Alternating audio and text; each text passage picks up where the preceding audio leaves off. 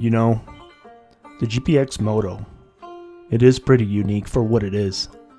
Now let me explain something. One might think it is impossible or possibly even intimidating to start on a 250cc two-stroke as a new rider.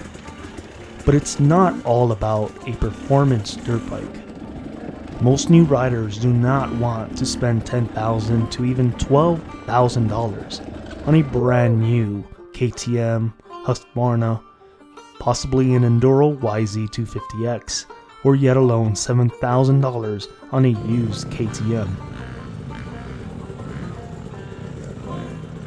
And it's not just that. Yet alone if they can even handle all that power to start with.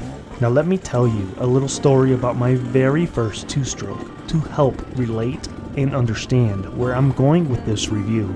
And I know many can also relate to this story, or yet alone be in this very situation, because I sure was.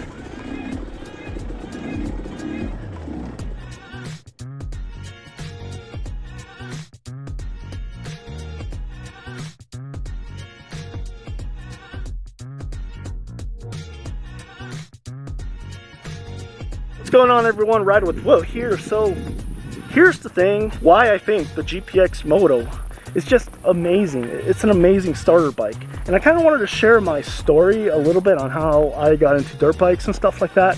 This trail system right here, essentially when I first started learning how to ride bikes, my dual sport and all, actually my two-stroke right here, my two-stroke, I would hit these trails all the time. Like, this was like my playground. This guy right here, this guy, I was very scared of its power. The power delivery had me it was really intimidating for me. All right, so, okay, this is gonna sound really dumb, what I'm about to say. Reason why I got into two-strokes, which I have no regrets. Believe it or not, it was because I was peer pressured into getting a two-stroke. I mean, part of me is I wanted to learn how to ride two-strokes, but I never had any intentions to get a two-stroke. That's right, I was kind of pressured, like, you need to get a two-stroke, you need to get a two-stroke, you need to get a two-stroke. And I was still a very new rider at the time. I was only riding 3 or 4 months. And of course, I had no idea that the GPX Moto existed. But yeah, I was actually really scared of this TE 250i. I was actually pretty intimidated on its power. I sat down on it all the time. I was really timid. I was scared of the single tracks in Colorado because they were very narrow with a lot of exposure. I was kind of scared of its power, but at the same time, the low end definitely helped me tractor up trails and stuff like that. But the GPX Moto has plenty of low end too, not like the TE 250i. But I personally think I would have had a much easier time on the GPX Moto if I knew it existed. Not only that, the biggest factor, believe it or not, was I couldn't find myself paying $10,000, $11,000 for a two-stroke. I was like, man, I don't want to spend that money. So when I first started off with my TE 250i, yes, I was really intimidated by its power. To give you a perspective, it has more pull and kick in the revs. Granted, now I crave way more power, and I even lowered my gear and got a new mapping for more kick on the TE 250i. But as a new rider, the GPX would have been much better to start off with, especially with its price point. Now to continue on with the story, as I was learning on single track and rockier trails, I would sit down a lot and not stand as often as I should be. And as we all know, most of these race bikes have a very firm suspension setup. To me, the ride was incredibly harsh and was actually unsure if I liked the two-stroke. Alright, so between the two-stroke and this guy, without a doubt, like, the clutch and the braking is just way easier.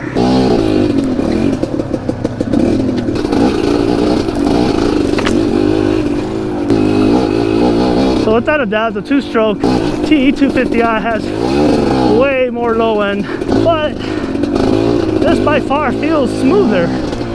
A lot less power, more confidence inspiring. Of course, now I love everything about it, but the GPX Moto has a much more plush ride, and it is way more comfortable while sitting down and of course going slower. The seat is way more comfortable, and its overall characteristics of the machine is a bit more smoother than the TPI models. Like, damn, I didn't even know two strokes are for me. Like, I legitly walked out of the showroom thinking, damn, I'm actually going to die on this two stroke. When I test rode that two stroke in the parking lot of the dealership, I was like, dude, this has a lot of power, man. This has a lot of power. I was scared of it. But I switched to mapping, and over time I got used to it.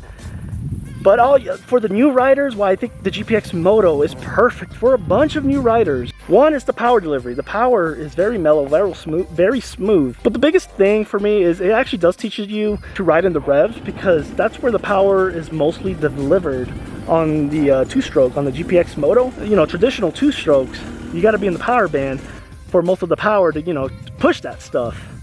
And owning that GPX Moto on the revs and stuff like that, you know, it'll teach you the clutch control and hit objects at speed and over time.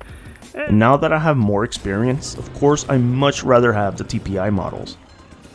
And now even craving a 300 two-stroke. But if I were to have to do it all over again, the GPX Moto would have been more ideal for me, with its more mellow power delivery. But its main point is the GPX Moto still needs to be in the revs for it to move, which will cause you to learn how to ride two strokes and properly clutch, except with all that handful of power. So my story essentially was, the only reason I got into dirt bikes is because I used to have a quad and all that stuff, and I wanted to learn how to ride two wheels. I just wanted to explore forest roads like this, easy forest roads. And I had a really hard time learning how to ride dirt bikes because I never had any mountain biking experience, any two-wheel experiences. Granted, I've only been riding 2.5 years right now, maybe a little less, I don't even know. So overall, I would say the GPX Moto is a better choice for someone who was like me, timid of two-stroke power, getting off the dual sport scene, and into tighter single track, or more hard enduro runs, but you still consider yourself a entry-level rider. Now the biggest factor would be comfort on the GPX Moto.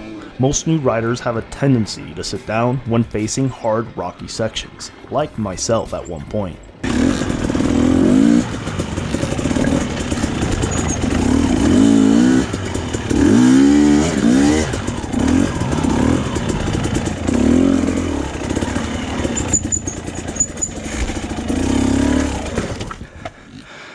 And to be honest, I still do. And the GPX suspensions can really smooth that out when going at a slower pace. And the other biggest factor is the price. If you're not sure if two strokes or even this area is in your interest, it is pretty easy to sell the GPX Moto for practically what you paid for. Anyhow guys, thanks for watching. Be sure to subscribe, but help me out by hitting that bell button next to the subscribe button. And I'll catch you guys on my next video.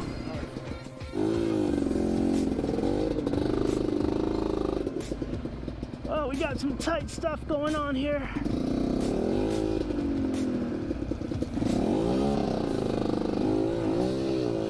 Don't tell me the fuse popped. Oh, shit.